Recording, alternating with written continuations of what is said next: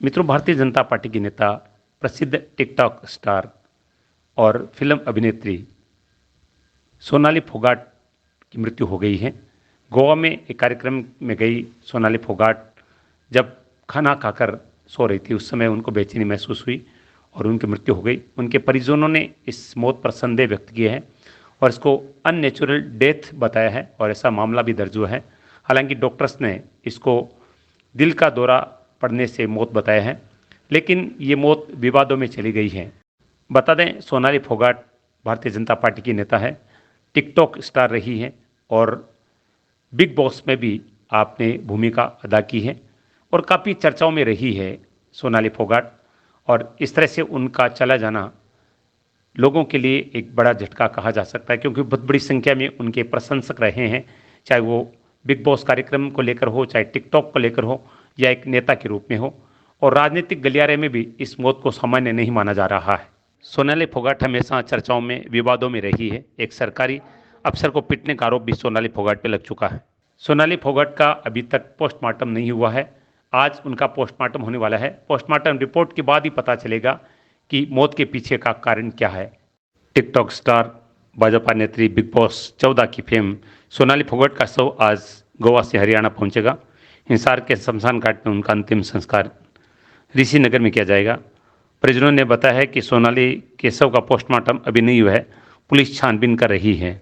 कुछ समय पहले सोनाली फोगाट से एस एन सुधा की मुलाकात हुई थी और बहुत अच्छा व्यवहार उनका रहा पत्रकारों के साथ। आइए उस मुलाकात के कुछ अंश आपको दिखाते हैं। सोनाली सिंह जी फोगाट, जो कि भारतीय जनता पार्टी की नेता हैं, फिल्म अभिनेत्री है और समाज सेविका है, एक बहुआयामी प्रतिभा की धनी एक महिला आज पुनः यहाँ पर मौजूद थी और आपकी उपस्थिति निश्चित रूप से इस कार्यक्रम को गरिमा में बना रही थी। आइए एक बार पुनः हम सोनाली सिंह जी फोगाट से बातचीत करते हैं। मैडम, बहुत बहुत स्वागत है आपका। एक बार पुनः आपको स्वागत। सुजानगढ़ आने का अवसर मिला, कितना अच्छा लगा? इतनी सारी प्रतिभाएं आप मंच के ऊपर थी और आप उनके साथ थे। जी, बहुत ही अच्छा लगा मुझे।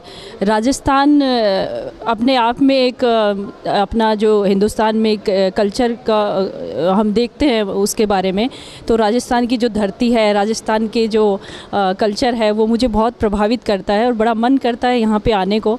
और मुझे बहुत खुशी महसूस हो रही है आज इस कार्यक्रम में मुझे बुलाया गया। और सविता राठी जैसी महिलाएं समाज के लिए इतने अच्छे अच्छे काम करती हैं और उन्होंने जो अपने शहर सुजानगढ़ में जो बेटियां हैं उनकी प्रतिभा को निखारने के लिए हर साल ये इस तरह के कैंप लगाती है और इतना अच्छा कल्चरल कार्यक्रम करवाती है, तो बच्चों का उत्साह भी बढ़ता है और हमारे बच्चियों की प्रतिभाएं भी निखर के आती हैं।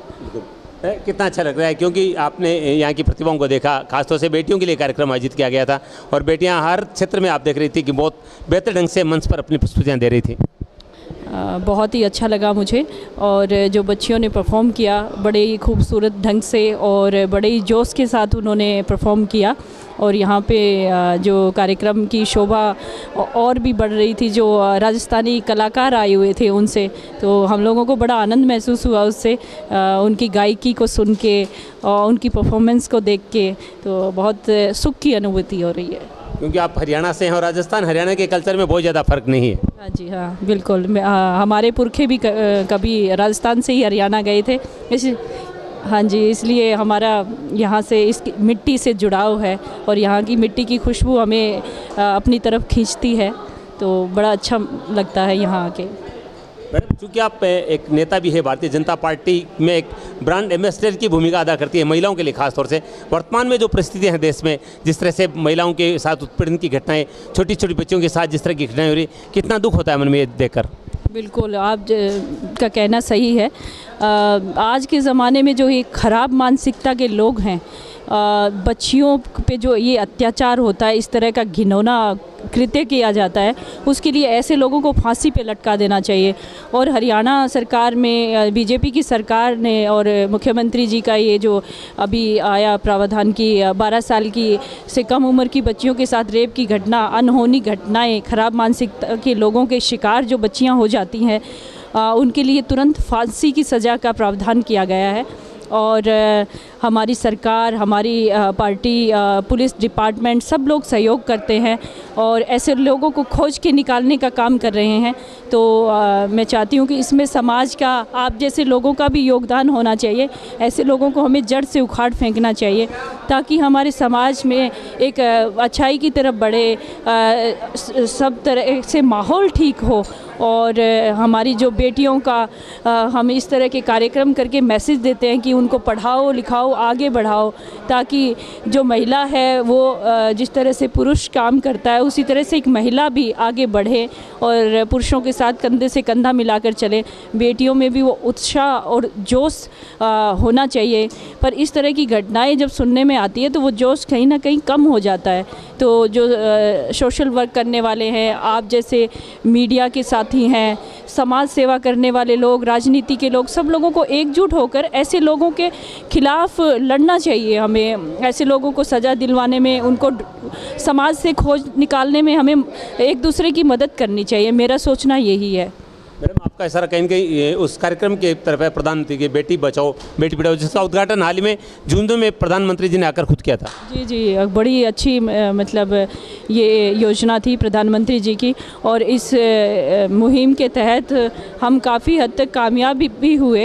हरियाणा में तो खासकर जो हरियाणा में बच्चियों का जो था लिंगानुपात, जैसे बेटियों की संख्या बेटों की बजाय काफ़ी डिफरेंस था, वो अभी कुछ 10-12% कम है और हम लोग कामयाब हुए हैं उसमें। तो प्रधानमंत्री की योजना कारगर सिद्ध हुई और बीजेपी की सरकार, मोदी जी इसमें मतलब बेटियों को बचाने, पढ़ाने, उनके लिए बहुत सारी योजनाएं लाने में उसमें सक्षम हैं और काम भी किया जा रहा है। मैं आपकी बात से सहमत हूँ कि लिंगानुपात निश्चित रूप से बढ़ा है, खासतौर से हरियाणा में। लेकिन ये जो नारा है बेटी बचाओ बेटी पढ़ाओ, बेटियां पढ़ रही है। हालांकि ये भी देखने में आया कि माता पिता के प्रयासों से बहुत ज़्यादा पैसा लगकर पढ़ाया जा रहा है। बेटी गर्भ में तो बच रही है, लेकिन बेटियां जो जवान लड़कियां हैं, छोटी छोटी बच्चियां, उनके साथ जिस तरह की उत्पीड़न की, बलात्कार की घटनाएँ हो रही है, आपको नहीं लगता है कि इस पर बहुत ज़्यादा ठोस कार्रवाई की आवश्यकता है? बिल्कुल, कड़ी से कड़ी सज़ा ऐसे लोगों को देनी चाहिए जो इस तरह की घटनाओं को अंजाम देते हैं। और हम सब लोगों को, चाहे राजनीति के फील्ड के लोग हों, चाहे मीडिया के बंधु हो, चाहे सोशल वर्क करने वाले लोग हों, सब लोगों को एकजुट हो जाना चाहिए और ऐसे घटिया लोगों को और ऐसे ख़राब मानसिकता के लोगों को हमारे समाज में कोई जगह नहीं है। उनको जड़ से उखाड़ के फेंक देना चाहिए। हमारी बच्चियां, प्यारी प्यारी बच्चियां हमारी, और अभी हम लोग इस मुहिम में जुटे हैं।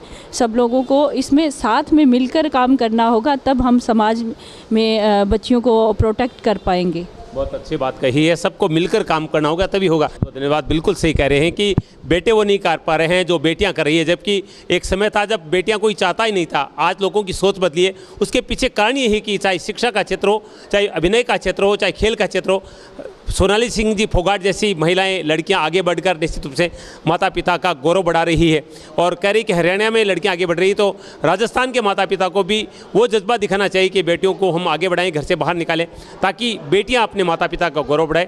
और वास्तव में मैं इस जज्बे को, इस सोच को नमन करता हूँ और ऐसी महिलाओं की आज जरूरत भी है। सोनाली सिंह जी आज सुजानगढ़ के महेश्वरी भवन में कैंप चैंपियंस के कार्यक्रम में विशेष अतिथि के रूप में आई और उम्मीद करते हैं कि अगली बार जब आप आएंगे तो और ज़्यादा अच्छा कार्य कर चुके होंगे और बहुत सारी फिल्में करेंगी।